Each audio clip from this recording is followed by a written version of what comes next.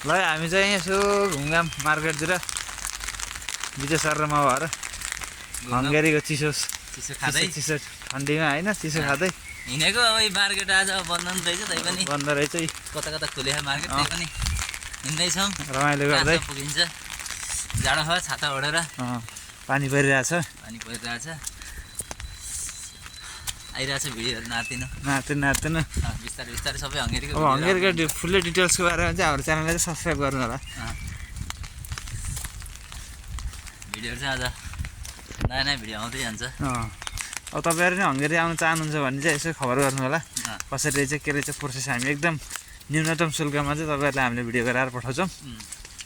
यो कुनै सुने दलै सलेलाई दिनु पर्दैन, एकदम राम्रो तरिकाले।